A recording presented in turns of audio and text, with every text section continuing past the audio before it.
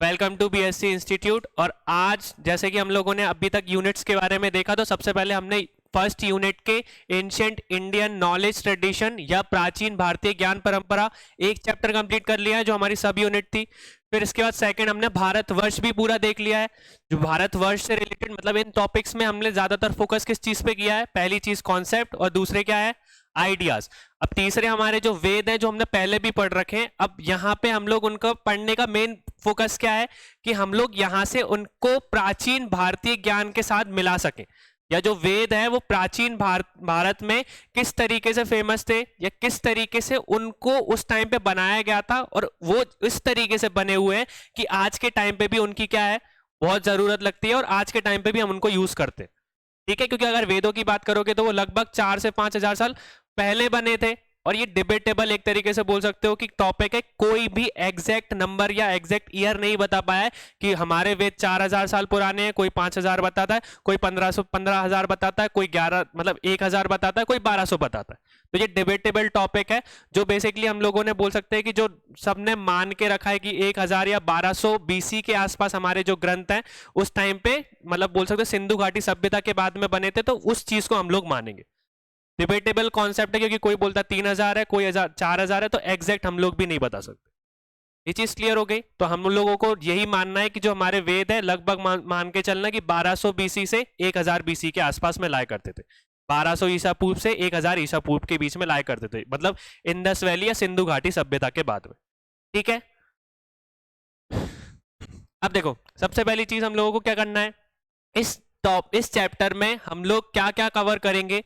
सबसे पहला जो हमारा बोल सकते हो कि सब यूनिट में ये अलग अलग टॉपिक दिए, मतलब ये सब यूनिट में अलग अलग टॉपिक्स हैं। वेद एक अलग सब यूनिट है, उपनिषद एक अलग सब यूनिट है, अरण्याक्ष अलग सब यूनिट है, और ब्राह्मण ग्रंथ अलग सब यूनिट है। तो हम इस चैप्टर में या बोल सकते हो इसमें इन चारों सब यूनिट्स को कवर कर लेंगे। तो मतलब 4 चैप्टर हमारे एक ही चैप्टर में कवर हो जाएंगे।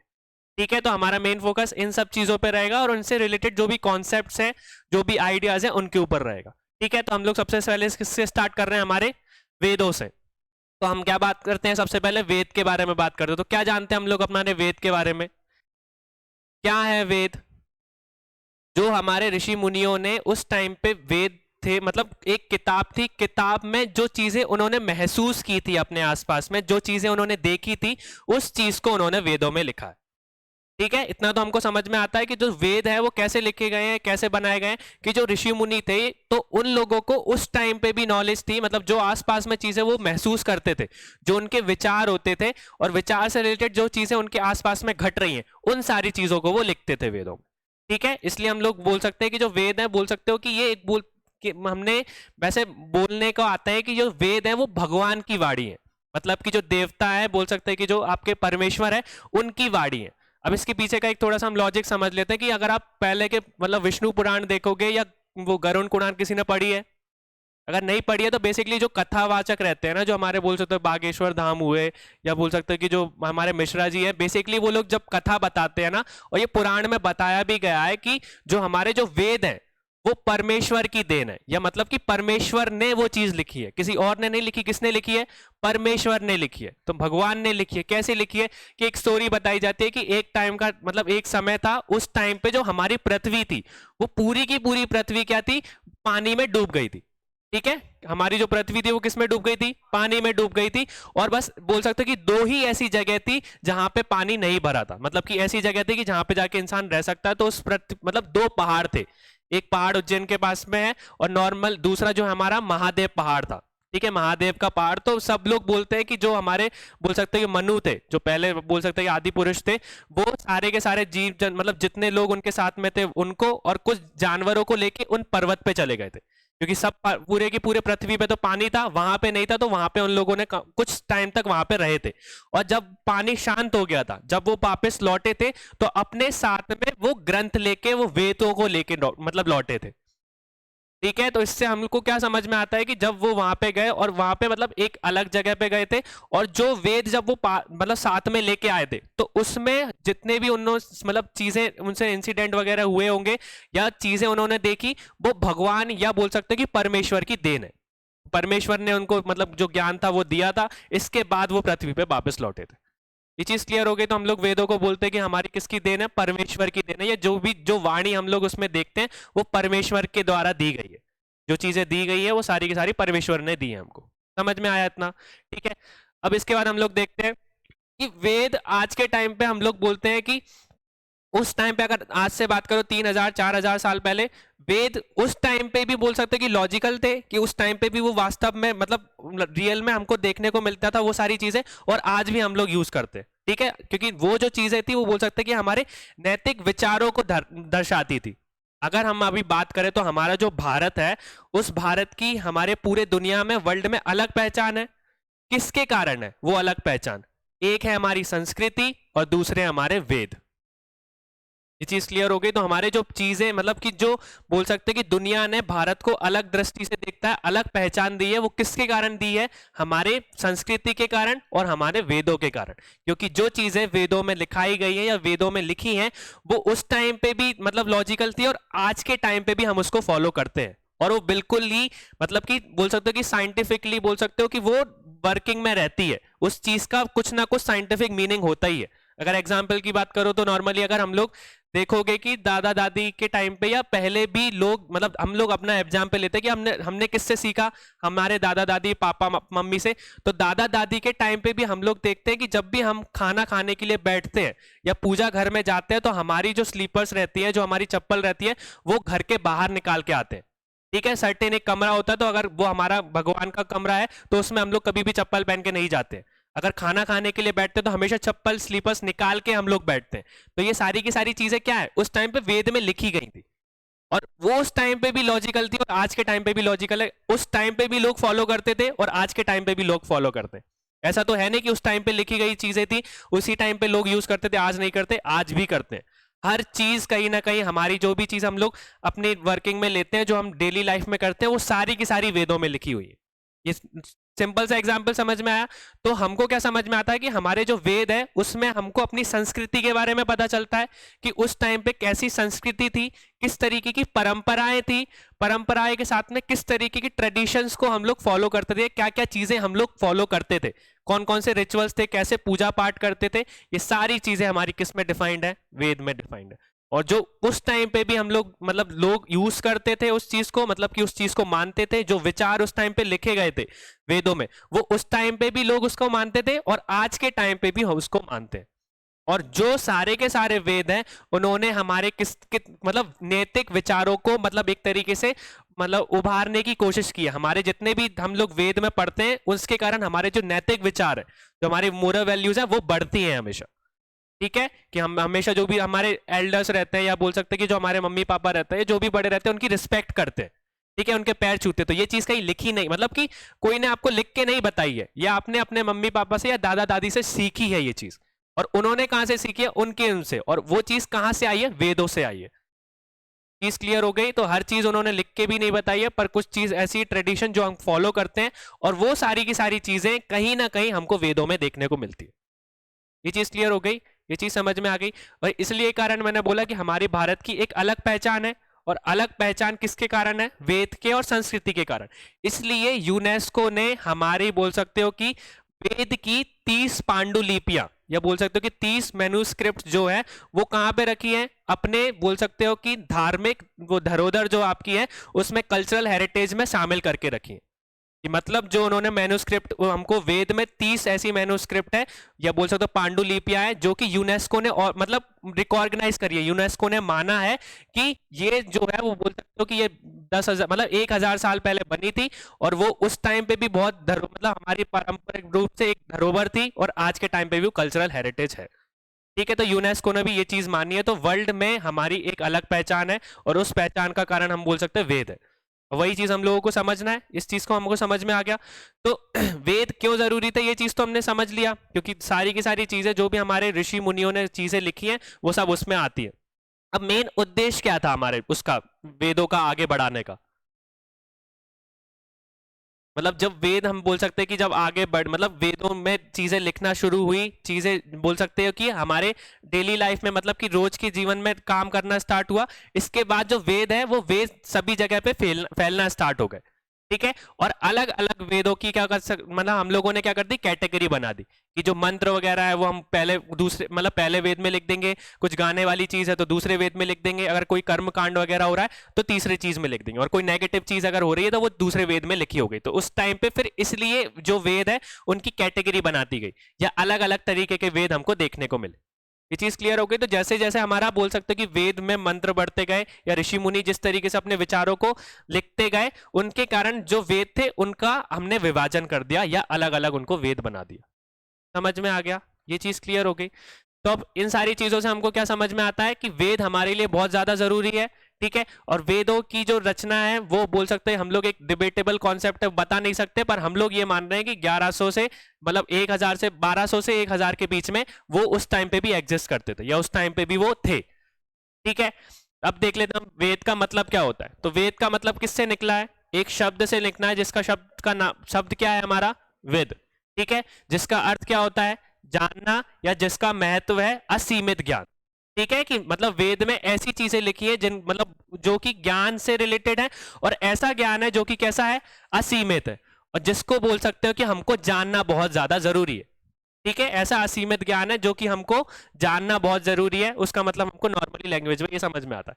अब जिसका प्रयोग साहित्य में इस शाखा के लिए हुआ है जिसका पवित्र ज्ञान और अलौकिक युक्ति अर्थात स्तुति कहा गया है। स्तुति मतलब टू हियर, मतलब कि सुनना, मतलब कि जितने भी वेद थे मैंने बताया था कि लोग विचार अपने लिखते थे और साथ में सुनते थे। जो चीजें मैंने बताई अभी, जैसे कि हम बोलते हैं कि हमारे मम्मी पापा का पैर छूने चाहिए, जो बड़े हैं हमारे पैर छूने चाहिए, तो उसकी क्या स्तुति है, हमने सुना है वो चीज, वो कहीं लिख के नहीं बताई गई है आपको कि बचपन में आपके स्कूल में बता दियो कि बड़े मतलब मम्मी पापा के पैर छूने चाहिए। तो ये चीज स्तुति है, मतलब कि हियर मतलब आपने सुना है इसलिए आप उस चीज को फॉलो करते हो। तो वेद भी एक तरीके से हमारी क्या है? स्तुति ही है, मतलब उनको भी स्तुति कहा गया है कि हमने चीजें सुनी है, कुछ मतलब ऋषि मुनियों ने उस विचार पे मतलब विचार को मतलब समझा होगा, उस चीज को समझा कि भैया ये क्यों जरूरी है, मतलब समझने के बाद उन्होंने उसमें लिखा, और लिखने के बाद मतलब लोगों तक फैलाया और मतलब स्तुति करी उस चीज की, इसके बाद हमको उसके बारे में पता चलता है, ठीक है।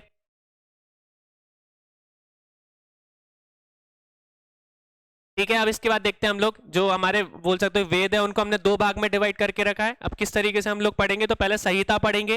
तो कौन कौन सी संहिता है? तो जितने भी हमारे 4 वेद है उन चारों वेदों को हम इन संहिता में कवर करेंगे। सबसे पहले हमारा कौन सा वेद आता है? ऋग्वेद, सामवेद, तीसरा यजुर्वेद, फॉर अथर्ववेद, ठीक है। अगर इतना भी हमको याद रखना है कि जो हमारे स्टार्टिंग के 3 वेद है, जो हमारे बोल सकते हैं ऋग्वेद है, सामवेद है और यजुर्वेद है, वो तीनों को हम लोग क्या करते हैं मिलके क्या बोलते हैं? वेद त्रयी बोलते हैं, ठीक है, या त्रैवेद बोलते हैं। बेसिकली इनका मतलब क्या है कि इन तीनों वेदों को वेद त्रयी बोला गया। इसको अथर्ववेद को क्यों अलग करके रखा है हम लोगों ने?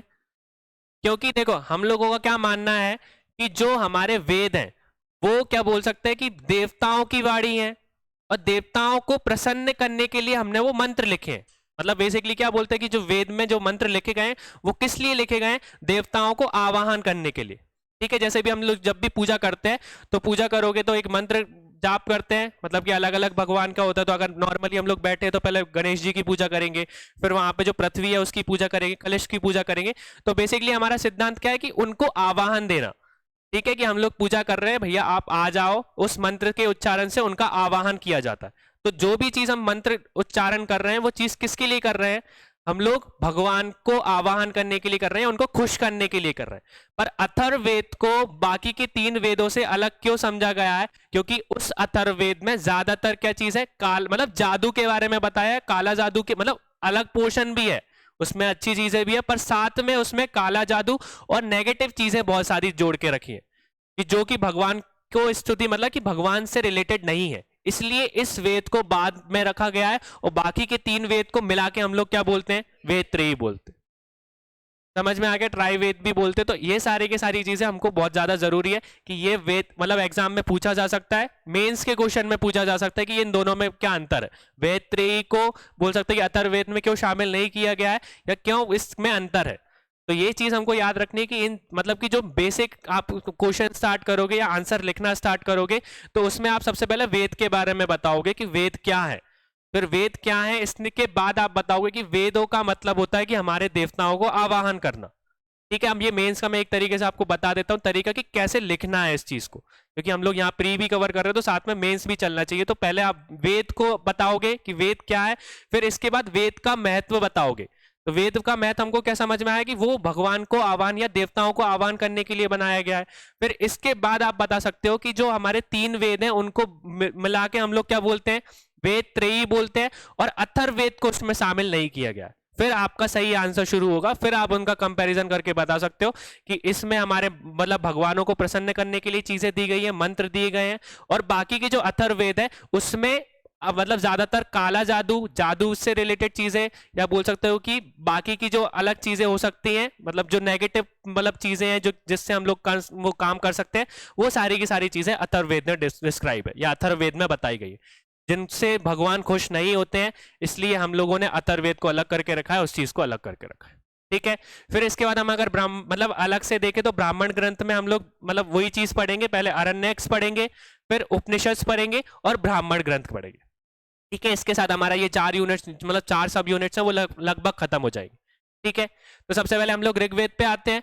तो ऋग्वेद की बात करोगे तो ऋग्वेद में बेसिकली देखो, हम बात करें तो ऋग्वेद में ज्यादातर ये जो चीजें हैं वो किसकी फॉर्म में देके रखी है, मंत्रों की फॉर्म में देके रखी है। कि हमको मतलब क्या चीजें देखने को मिल जाएंगी यहाँ पे, श्लोक देखने को मिल जाएंगे, मंत्र देखने को मिल जाएंगे, या रचनाएं देखने को मिल जाएंगी।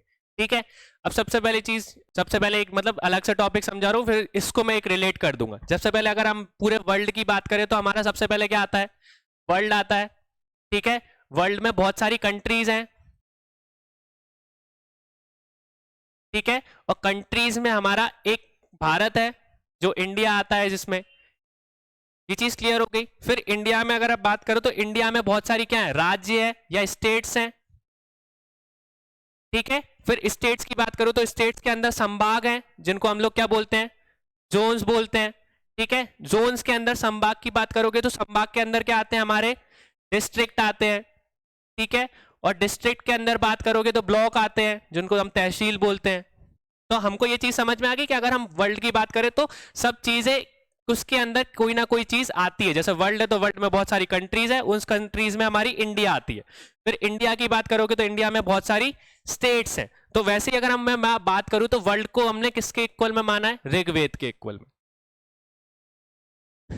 ठीक है, अगर ऋग्वेद की बात करूं तो ऋग्वेद के अंदर हमको क्या देखने को मिलते हैं, मंडल देखने को मिलते हैं। कितने मंडल है, 10 मंडल है।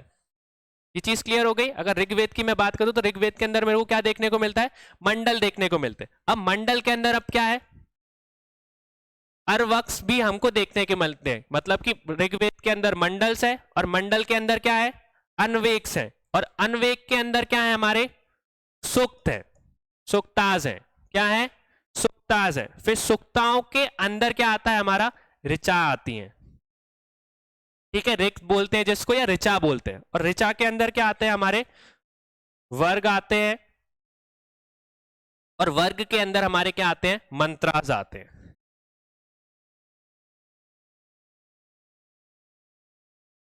ये चीज क्लियर हुई हमारे लिए कि मतलब अगर हम बात करें हमारे मतलब एक समझने की कोशिश करें तो अगर हम दुनिया की बात करें तो दुनिया में देश हैं, फिर देश में हमारा भारत है, फिर भारत के अंदर हमारे राज्य आते हैं, फिर राज्य के अंदर हमारे संभाग आते हैं, और फिर संभाग में हम देखें तो हमारे क्या आते हैं, ये जिले वगैरह आते हैं, और जिले के अंदर बोल सकते हो कि तहसील वगैरह आती है। अब वैसे ही अगर हम मैं ऋग्वेद की बात करूं, अगर ऋग्वेद पढ़ाना स्टार्ट करूं तो ऋग्वेद में हम लोगों को पता है मंडल्स आते हैं, ऋचा है, या बोल सकते हो मंत्रास है। तो उनका मतलब क्या है, सबसे पहले ये चीज हमको समझनी है। तो हम अगर स्टार्ट करें ऋग्वेद की तो ऋग्वेद में सबसे पहले हमको क्या देखने को मिलेंगे, मंडल्स देखने को मिलेंगे, 10 मंडल जो है।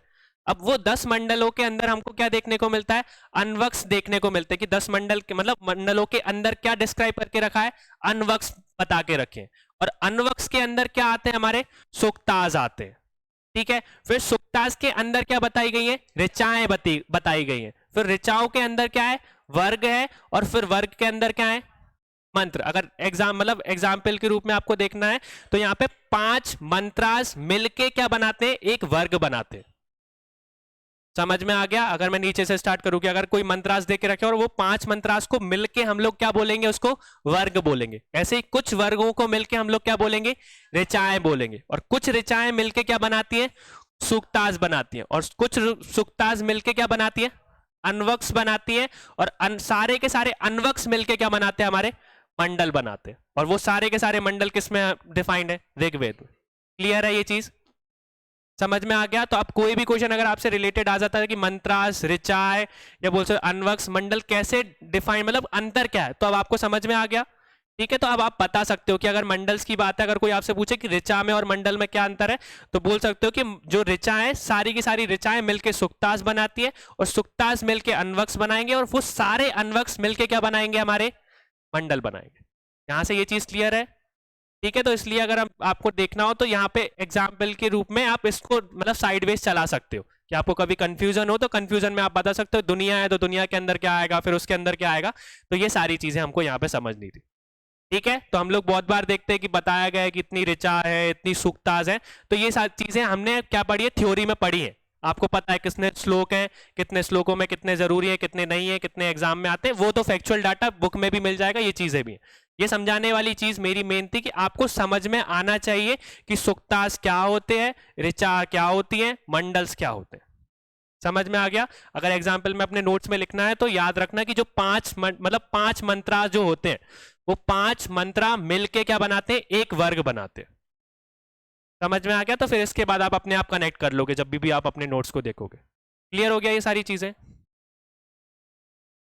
ठीक है, तो हम वापस आए यहाँ पे। तो अब संहिता की बात करें तो संहिता में अगर आप बात कर रहे हैं तो हमने देखा कि यहाँ पे इन विन देवताओं की प्रशंसाओं के में गाए गए श्लोकों की संख्या है, ये वैदिक साहित्य के सर्वाधिक महत्वपूर्ण अंग है, जिसकी संख्या 4। ठीक है, तो हमको देखते हैं कि जो विभिन्न देवता की प्रशंसा के लिए हम लोग किसका यूज करते हैं, हमारे वेदों का इस्तेमाल करते हैं। और इन वेदों में बहुत सारे श्लोक हैं, बहुत सारे मंत्र हैं, ये सारी की सारी चीजें किसके लिए, भगवान को प्रसन्न करने के लिए, ये वो बोल सकते हैं देवताओं को आवाहन देने के लिए। इसलिए हमने देखे कि इसके 4 मेन संख्या है। पहला है ऋग्वेद, दूसरा है हमारा सामवेद, तीसरा, चौथा। ठीक है, तो ये सारी की सारी चीजें जो है हमको किस लिए इंपॉर्टेंट है, क्योंकि इन सारी तीनों को मिलके हम लोग क्या बोलते हैं, वेद ही बोलते हैं। और हमारा जो लास्ट है अथर्ववेद, उसको अलग से हम लोग देखेंगे। ठीक है, अब सिंपल सी चीजें हैं जो कि हम लोगों ने फैक्चुअल डाटा ही है, तो वही कवर करते जा रहे हैं हम लोग। अब देखो ऋग्वेद में की अगर प्रशंसा की बात करें तो 1017 सूत्र है। कितने सूत्र हैं, 1017।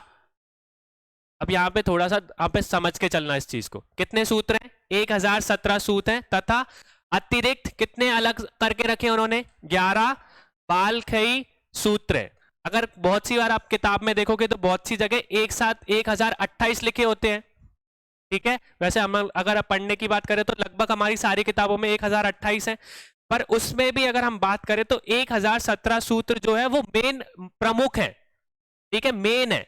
और बाकी के जो 11 है ना, वो कैसे हैं, बालखी है। तो जैसे हमने अभी पढ़ा ना वेद त्रयी में कि वो तीनों वेद जो हैं, वो तीनों वेद को वेद त्रयी बोला जाता है और अथर्ववेद को अलग कर दिया जाता है। वैसे ही ऐसा ही है कि 1017 हमारे मेन है और 11 कैसे हमारे बालखी है। तो ये बालखी मतलब कि इनमें भगवान को प्रसन्न करने वाली चीजें नहीं है। ठीक है, मेन श्लोकों की बात करो जिनमें भगवान को आह्वान दिया जाता है या भगवान जिन मंत्रों से खुश होते हैं, ये सारी की सारी चीजें किसमें देके रखी है, 1017 सूत्र मतलब सूत्र में देके रखी। ये चीज क्लियर हो गई? तो एग्जाम में बुकों में बहुत बार कंफ्यूजन आ सकता है, बहुत सी जगह पे 1017 भी दिया है, ठीक है, और बहुत सी जगह 1028 भी दिया है। तो आपको सोच समझ के वो चीज करनी है, आपको क्वेश्चन ध्यान से पढ़ना पड़ेगा। ठीक है, अगर 1028 है तो 1028 ही लगा के आना। ठीक है, पर आपको अंतर पता होना चाहिए कि 1017 बहुत ज्यादा इंपॉर्टेंट है, जिनमें भगवान की स्तुति है, भगवान को मतलब बोल सकते हो प्रशंसा मतलब प्रसन्न करने के लिए चीजें दी गई हैं। और बाकी के जो 11 है वो बालखी है, जो बोल सकते हो कि भगवान जिनसे खुश नहीं होते, जिनसे मतलब कि भगवान से जिनका नाता नहीं है। ठीक है, क्योंकि नेगेटिव चीजें, काला जादू, ये भगवान को प्रसन्न करने के लिए नहीं बनाई गई है, या भगवान कभी भी उस चीज से खुश नहीं होते। ठीक है, तो ऋग्वेद में इनको इसलिए अलग करके रखा है। अब अगर हम बात करें कि यह 10 मंडलों में विभाजित है, प्राचीनतम सूक्त 2 से लेके 7 मंडल जो है वो हमारे क्या है, सबसे पुराने क्या है, सबसे पुराने। ठीक है, वैसे हमको 10 मंडल देखने को मिलते हैं, वो 10 मंडल में भी अगर मैं बात करूं तो 2 से लेके 7 तक जितने हमारे मंडल हैं वो सबसे पुराने मंडल है। ठीक है, और हमको पता है कि उनको किन किन ने लिखा है, तो उनको किसने लिखा है, सबसे पहली चीज तो गृहस्थ मद ने लिखा है। पहला जो दूसरा वेद है वो किसने लिखा है, गृहस्थ मेद ने लिखा है, उसमें गलत लिखा है। दूसरा वेद जो है उसको उसकी रचना किसने की है? गृहस्थ मद ने की है, ठीक है। तीसरे मंडल की रचना किसने की है? विश्वामित्र ने की है, हमको पता है। तो विश्वामित्र ने तीसरे मंडल में किसके बारे में बताया? गायत्री मंत्र के बारे में बताया। और गायत्री मंत्र किस भगवान से रिलेटेड है? सूर्य भगवान या सावित्री से रिलेटेड, ठीक है। फिर इसके बाद तीसरे चौथे मंडल में किसकी रचना किसने की है? वामदेव ने। वैसे ही हम बोल सकते हैं फिर पांचवे की यति, छठवें की भरद्वाज और सातवें मंडल की वशिष्ठ, ठीक है। ठीक है, अब आपको पता हो उनके बीच की तो विश्वामित्र की और आपकी बोल सकते हैं वशिष्ठ की बहुत जोर मतलब लड़ाई चलती थी अच्छी खासी। वो बात की स्टोरी है, वो कभी और बताऊंगा। पर बेसिकली ये जो हमारे मंडल्स हैं 2 से लेके 7 तक, वो बहुत सबसे ज्यादा पुराने हैं। और इनकी रचनाओं के बारे में हम मतलब किस किसने किसकी रचना की है और किस में क्या क्या दिया है वो हम लोगों ने पढ़ा है। लगभग एमसीक्यूज में भी हम लोगों ने चीजें कवर की है, ठीक है। अगर 10 राजा के युग की बात करोगे तो वो 7वें मंडल में हमको देखने को मिल जाता है। पुरुषार्थ की बात करोगे तो वो 10वें मंडल में हमको देखने को मिल जाता है। पुरुषार्थ सूत्र की बात करोगे तो ये नॉर्मल जो फैक्चुअल डाटा है वो हमारी बुक में है, बस हम लोग बस यहाँ पे समझ रहे हैं चीजों को। क्लियर हो गया यहाँ पे? अब क्या बात बोला गया कि ऋग्वेद सभी संहिताओं में प्राचीनतम और सर्वाधिक महत्वपूर्ण है। यह एक धार्मिक ग्रंथ है तथा इसके अधिकतर सूत्रों में देवताओं का आवाहन है। इस चीज का मतलब भगवान को आवाहन देने के लिए इन चीजों के बारे में बताया गया, ठीक है, ऋग्वेद में। अब क्या बताया कि इस काल का मानव मस्तिष्क प्राकृतिक प्रक्रियाओं को ईश्वर के रूप में मानने लगा है। कला ग्रंथ के रूप में इसकी विश्व साहित्य में महत्वपूर्ण स्थान है। कि अगर जो आपका ह्यूमन माइंड है बेसिकली इसने मतलब जो नेचुरल प्रोसेसेस मतलब कि जो प्रकृति में जो चीजें दिखती थी इंसान ने उसी को अपना भगवान माना है। जैसे कि अगर ऋग्वेद की बात करोगे तो ऋग्वेद में किन 2 भगवानों का ज्यादातर उल्लेख देखने को मिलता है हमको? एक इंद्र भगवान और दूसरे, पर अगर ज्यादातर बात करोगे ना तो उसमें ज्यादातर श्लोक किसके हैं? हमारे अग्नि देवता से रिलेटेड है। अग्नि भगवान जो अग्निदेव है ना उनसे रिलेटेड ज्यादातर श्लोक हमको देखने को मिलते हैं। मतलब कि जो चीजें प्रकृति में हमको देखने को मिलती थी, जो प्रकृति में हमको बोल सकते हो कि जो हमको चीजें देती थी, जो शक्तियां देती थी, भगवान उसकी पूजा करता मतलब कि इंसान उसकी पूजा करता था। जैसे कि इंद्र है तो इंद्र के कारण पानी गिरता है तो उन्होंने इंद्र भगवान को पूजना स्टार्ट कर दिया। अब यहाँ पे क्वेश्चन ये डिराइव मतलब मेन चीज आती है कि अगर आप ऋग्वेद की बात करो तो ऋग्वेद में ज्यादातर जो हमारे देवता हैं मतलब कि एक ऐसे देवता है अग्निदेव जिनके बारे में बहुत सारे श्लोक और मंत्र हैं। मतलब कि उनको प्रसन्न करने के लिए बहुत सारे मंत्र बनाए गए। ऐसा क्यों है? अग्निदेव को इतना महत्व क्यों दिया है उन लोगों ने? अब देखो यहाँ पे थोड़ा सा लॉजिक हम लोग वो चीज को लेके चलते हैं। अब देखो वेद की अगर मैं बात करूं तो वेद हम लोगों ने क्या माना है कि 1200 से 1000 ईसा पूर्व के बीच में बने होंगे, ठीक है। जिस टाइम पे बोल सकते हो कि हमारा कौन सा युग चल रहा था? आयरन एज चल रही थी। मतलब लोहे का बोल सकते हो कि उस टाइम पे आविष्कार हो गया था और लोगों ने लोहे से हथियार बनाना शुरू करा था। चीज क्लियर हो? अब लोहे से हथियार कैसे बनाओगे जब तक आप लोहे को पिघलाओगे नहीं? अगर सोना है तो सोने को अगर आपको आभूषण बनाना तो आभूषण करने के लिए सोने को पिघलाना पड़ता है ना। वैसे ही अगर हम लोहे की बात करें तो लोहे से डायरेक्ट आप कोई भी मतलब क्या कहते हैं हथियार बना सकते हो क्या? उसको शेप दे सकते हो क्या? उसको नुकीला बना सकते हो कि नहीं? तो सबसे पहले क्या करना पड़ेगा? जो मतलब लोहा होगा जैसे रॉ लोहा रहता है उस लोहे को क्या करना पड़ेगा? पहले पिघलाना पड़ेगा आपको। उस पिघलाने के बाद उसको हथियार बना पाओगे ना। इसलिए उन लोगों ने जो अग्निदेव थे मतलब अग्नि की ज्यादा पूजा करना स्टार्ट की क्योंकि लोहे से सबसे पहले वो लोहे को पिघलाते थे और इसके कारण उनके हथियार बनते थे। और उन हथियार के कारण ही वो क्या कर सकते थे अपने पास मतलब जो जीवन मतलब अगर उनको फल काटना है तो उसके लिए इस्तेमाल कर सकते थे, बाकी चीजों के लिए वो इस्तेमाल कर पाते थे। ये चीज क्लियर हो गई? तो थोड़ा सा रिलेट करके चलना कि अगर वैदिक काल की हम लोग बात कर रहे हैं मतलब वेदों की बात करो तो वेदों की लगभग हम लोगों ने देखा है कि उनकी जो मतलब कि कब वो हमको देखने को मिले थे तो 1200 से 1000 बीसी के या ईसा पूर्व में हमको देखने को मिले थे। और उस टाइम पे किस तरीके का मतलब एज चल रहा था, किस तरीके का कुल चल रहा था हमारा? लगभग लोहे का कुल मतलब कि आयरन एज चल रही थी। और वो हथियार बनाते थे और हथियार कैसे बनाएंगे? पिघलाकर बनाएंगे, ठीक है। वैसे इंद्र की पूजा भी मतलब दोनों कंपैरेटिवली बराबर चलते थे। इंद्रदेव को भी पूजा जाता था और हमारे अग्निदेव को भी पूजा जाता था। अब इंद्र भगवान क्यों उस टाइम पे जरूरी थे? क्योंकि वो रहते कहां पर थे? सिंधु घाटी के आसपास में। ज्यादातर उनका जो बसेरा था वो इंडस रिवर या सिंधु रिवर के आसपास में था। और जब पानी गिरता था, जब बारिश होती थी तो उसका बोल सकते हो कि मतलब कि बहाव बढ़ जाता था और उस बहाव के कारण उनका जो व्यवसाय था वो और अच्छे से चल पाता था। इसलिए वो अग्निदेव की भी मतलब अग्निदेव को भी पूछते थे और बारिश के कारण हमारे इंद्रदेव को भी पूछते थे। ठीक है, और बोल सकते हैं कि जो युद्ध के देवता थे उस टाइम पे इंद्र को माना जाता था। तो ऐसे असेंबलेंस बहुत सारे हमको देखने को मिल जाएंगे, पर मेन चीज यही थी कि उस टाइम पे अगर हम बात करें तो अग्निदेव से रिलेटेड और मतलब आप बोल सकते हो कि अग्नि और इंद्र भगवान की ज्यादा पूजा की जाती थी उस टाइम। ठीक है, क्योंकि स्टार्टिंग में अगर हम लोगों ने देखा है कि इंडस वैली या सिंधु घाटी सभ्यता में एक माता की पूजा की जाती थी, ठीक है, और पशुपति नाथ की पूजा की जाती थी, ये हमको साक्ष्य मिले। फिर वही चीज आगे जाके क्या हो गई, जो प्रकृति में जो चीजें हमको देखने को मिलती हैं, जो प्रकृति में चीजें हो रही हैं, उनको यही लगता था तो उनके पीछे कोई ना कोई एक शक्ति है। जैसे अगर आग लग रही है, उनको आग की खोज करी, हम लोगों को तो बहुत ईजी है, एक माचिस जलाई आग लग गई। उनने पत्थरों से जब उनको आविष्कार हुआ था तो उनके लिए वो बहुत बड़ी चीज थी। कोई नई चीज अगर आप बोल सकते हो कि नई चीज जब आती है तो जिसने उसकी खोज करी है ना, वो उसके लिए बहुत बड़ी चीज होती है। तो जब वो आग से उन लोगों ने मतलब आग जलाना सीखा और फिर आग से जो चीजें उन्होंने प्रोसेस करी कि मतलब खाना भी मतलब सेक सकते थे, फिर लोहे को पिघला सकते थे, तो वो उनके लिए बहुत बड़ी बात थी।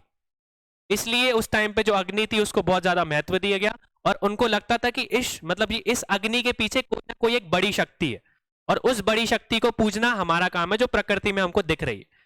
तो यह चीज हमको समझ में आई कि उस टाइम पे ऋग्वेद में जो लोग थे वो ज्यादातर जो प्रकृति में चीजें उनके आसपास में घटित होती थी या चीजें होती थी, उनके पीछे उनको हमेशा एक बड़ी शक्ति लगती थी कि बारिश हो रही है तो एक बड़ी शक्ति है, या अग्नि अगर हमारे पास में हम जला पा रहे हैं तो उसके पीछे एक शक्ति है, उसकी हम लोग पूजा करेंगे।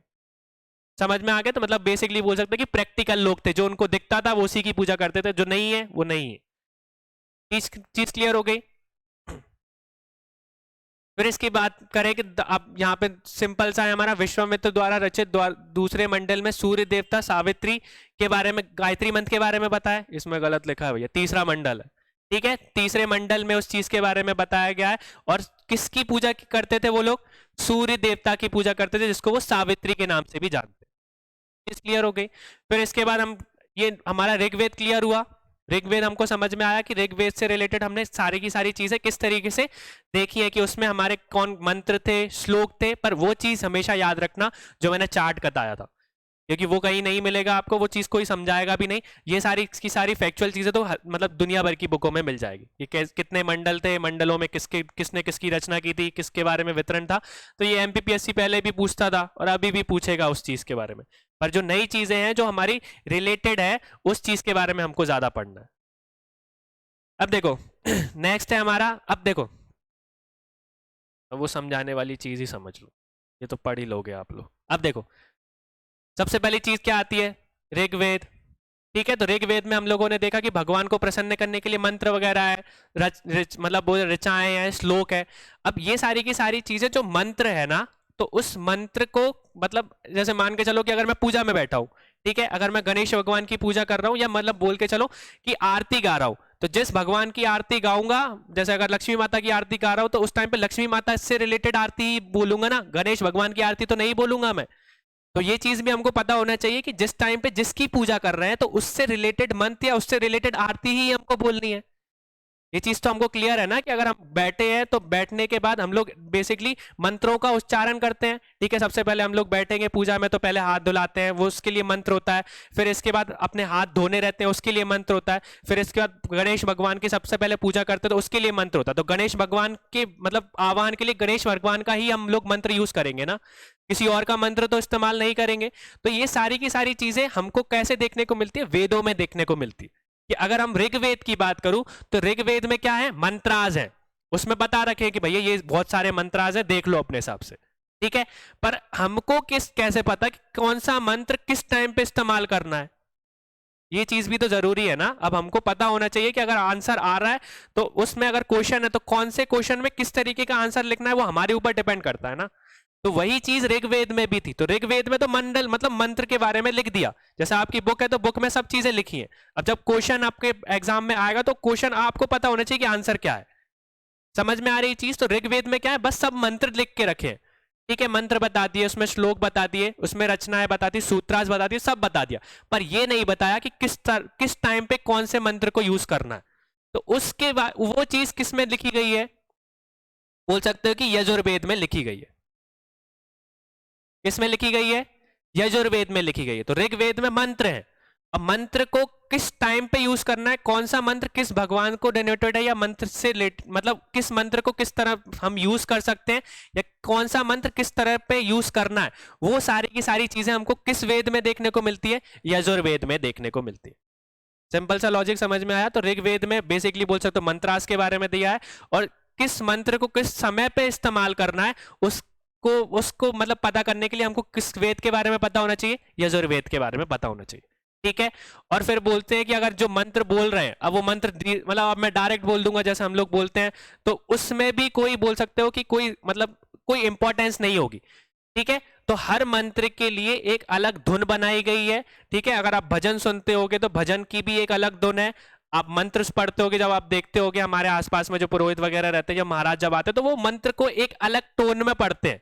ठीक है, अलग धुन में पढ़ते हैं, अलग राग में पढ़ते हैं। तो वो जो राग है वो हमको किस वेद में देखने को मिलती है? सामवेद में देखने को मिलती है। समझ में आया ये चीज?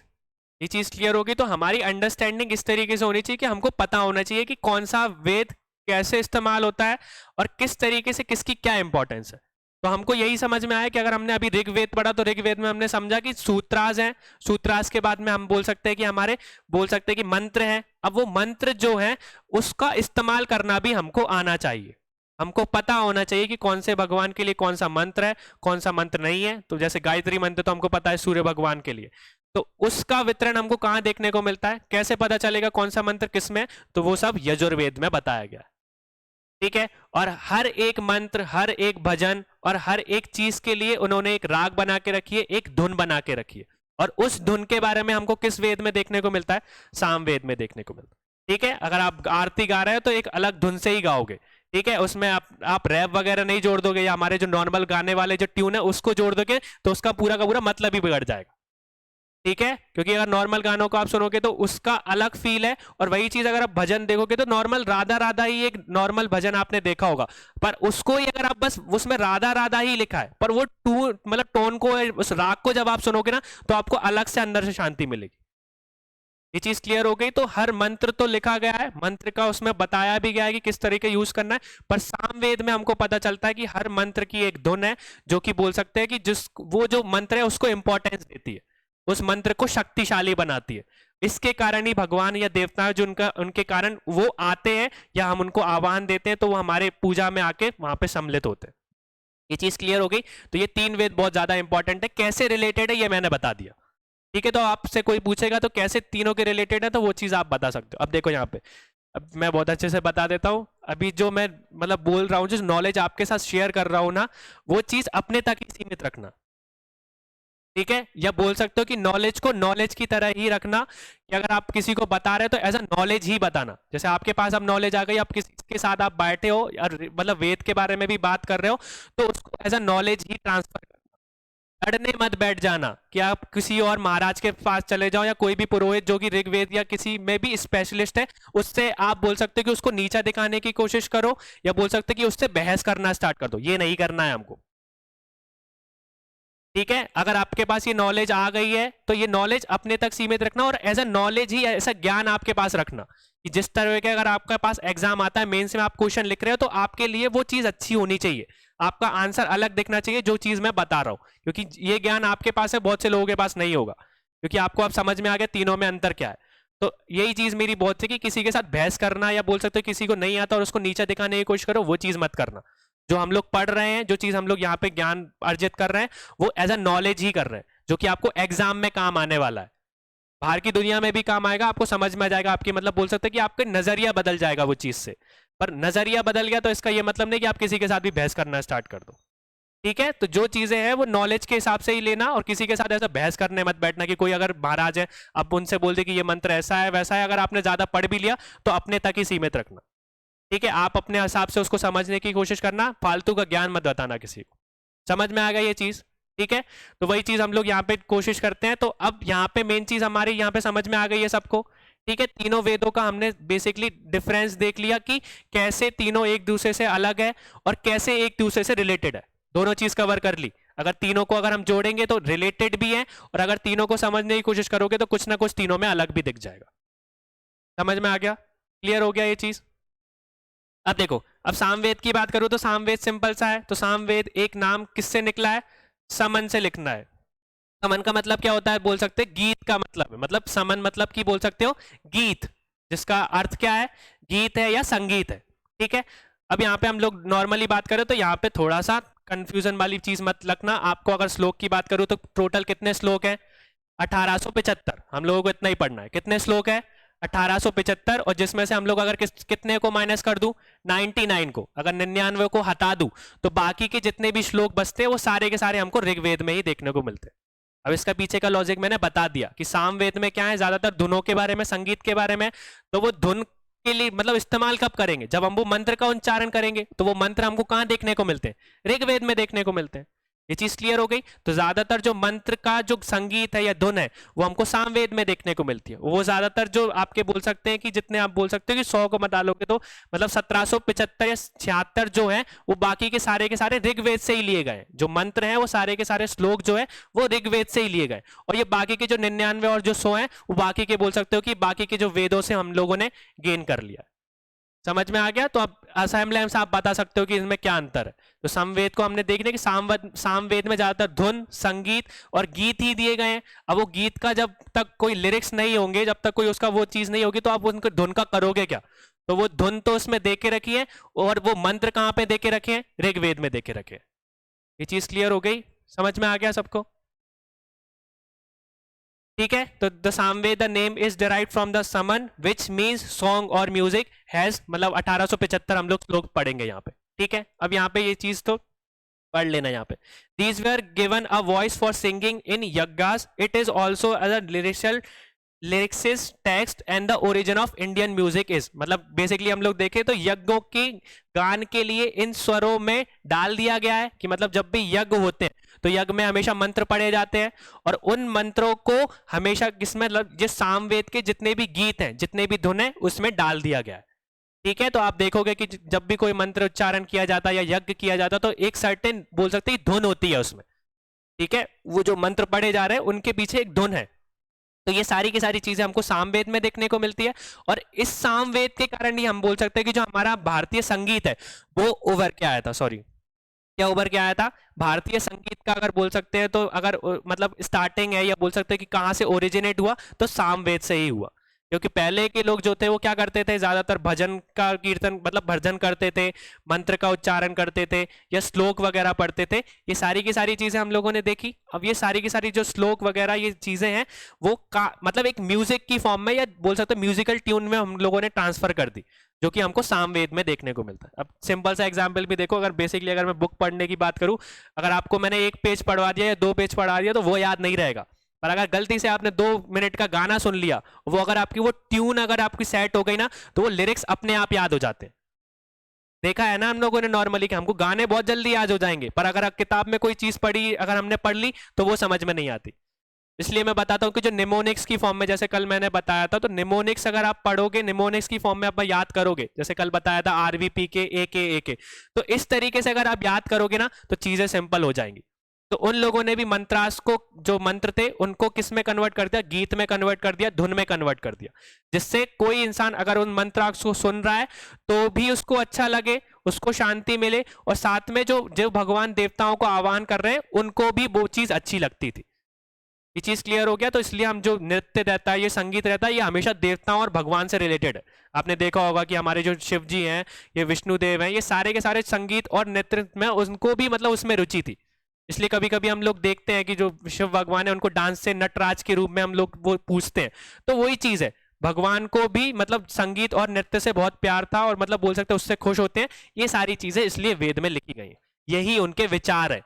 यही चीज याद रखना। ये भी एक लगभग बोल सकते हो कि हमारे बोल सकते हो कि परमेश्वर के विचार है, जो कि बाद में वाणी बन के ये वेद बने। क्लियर हो गया? समझ में आ गया? सामवेद हम लोगों ने देखा यहाँ पे। अब सामवेद के बाद हमारा क्या है? यजुर्वेद बचा है, फिर यजुर्वेद के बाद अथर्ववेद बचा है। तो हम लोग कल इसको एक बार समझेंगे इस चीज को, ठीक है? और कुछ जो नई चीजें हो सकती है एड ऑन, जो आप पढ़ के आ सकते हो, उस चीज को जरूर पढ़ना इसको। मतलब कि हम लोग जो वेद पढ़ रहे हैं वो हम लोग तो यहाँ पढ़ ही रहे हैं, साथ में आपके पास जो भी नोट्स हैं, जो भी आपने पहले के पढ़े हैं, उनको रिवाइज करते चलना।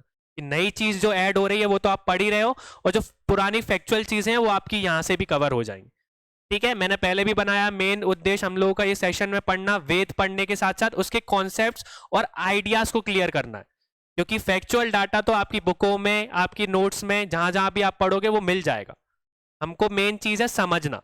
तो जो हमने जिस तरीके से समझा तीनों का रिलेशन, कि कैसे एक दूसरे से रिलेटेड है और कैसे तीनों एक दूसरे से अलग अलग है, ये नॉलेज आपके पास हमारे मतलब मेरे को देना बहुत ज्यादा जरूरी था। ठीक है, क्योंकि कोई भी आप जितनी भी आप बुक पढ़ रहे हो तो वो मेरे से अच्छा पढ़ लोगे, या कोई भी इंसान बुक तो पढ़ ही लेगा। मेन चीज है उस बुक को पढ़ के आप कैसे समझ रहे हो, बस मुझे वो सिखाना है। जिस दिन आपको वो चीज समझ में आ गई ना, आप अपने आप चीजों को समझना स्टार्ट कर दोगे। ये चीज क्लियर होगी। तो मेरे सेशन लेने का मेन मतलब यही रहता है कि आपको पढ़ने का तरीका आ जाए, क्योंकि पढ़ तो आप अच्छे से लोगे, किताब तो आपके पास भी है, मेरे पास भी है, 10 के पास है, बस अंतर क्या होता है किसी इंसान का, क्योंकि एमपीपीएससी में जितनी भी आपकी सीट्स आती है, नॉर्मल अभी कम सीट है, तो तैयारी तो सभी लोग कर रहे हैं ना, आप अकेले थोड़ी ना हो। किताब तो वो भी पढ़ रहा है, लूसेंट जो आप पढ़ रहे हो लूसेंट भी पढ़ रहा है, अगर आप एनसीईआरटी की बात कर रहे हो तो एनसीईआरटी भी वही पढ़ रहा है। किताब तो सबके लिए सेम ही है, ठीक है, वो भी पढ़ रहा है, हम भी पढ़ रहे हैं, पर उसका सिलेक्शन हो रहा है, हमारा सिलेक्शन नहीं हो रहा। तो अंतर क्या है, हमारी सोच में, कि हम किस तरीके से पढ़ रहे हैं और कैसे उस चीज को समझ रहे हैं, वो ज्यादा जरूरी है। ठीक है, तो ये चीज नहीं है कि आप आपके पास अगर वो डाटा है तो आप अकेला पढ़ रहे हो, नहीं भैया, वो डाटा सबके पास है। अगर आप एनसीईआरटी से पढ़ रहे हो तो वो भी एनसीईआरटी से ही पढ़ रहा है, अगर आप लूसेंट से पढ़ रहे हो तो वो भी लूसेंट से ही पढ़ रहा है। ठीक है, ये चीज क्लियर हो गई। तो ये बुक्स जो है वो मटेरियल उसमें सेम ही है, मेन चीज क्या है, आपकी समझने की चीज, कि जब आप ऋग्वेद पढ़ रहे हो, जब आप सामवेद पढ़ रहे हो, जब आप यजुर्वेद पढ़ रहे हो, तो आप कैसे तीनों को अलग कर पा रहे हो। मेन उद्देश्य समझ में आ गया। तो वही मेरा मेन चीज है कि वेद तो कोई भी पढ़ा देगा, मेरा मतलब यही है कि आपको बस पढ़ना आना चाहिए। अब कि जब आप ऋग्वेद को पढ़ रहे हो तो अब आपके दिमाग में होना चाहिए ऋग्वेद में सब मंत्र हैं, मतलब आप जब भी आप ऋग्वेद पढ़ोगे तो आपको एक क्लियर हो गया थॉट कि इसमें मंत्र दिए गए। जब आप यजुर्वेद को पढ़ोगे तो अब आपका बस मतलब सिंपल सा एक वो चीज है कि यजुर्वेद आपसे पूछे तो क्या है, तो यजुर्वेद में बोल सकते हो कि बताया गया है कि किस मंत्र को किस टाइम पे यूज करना है। ठीक है, और वो मंत्र कहां पर है, ऋग्वेद में। समझ में आ गया। तो वो समझ हमारे अंदर, अंडरस्टैंडिंग होना बहुत जरूरी है, और जिस दिन आपकी अंडरस्टैंडिंग हो गई तो मैं गारंटी से दे रहा हूं कोई भी एग्जाम क्लियर कर लोगे आप लोग, छोटे से छोटा और बड़े से बड़ा। क्लियर हो गया आज के सेशन के लिए, थैंक यू।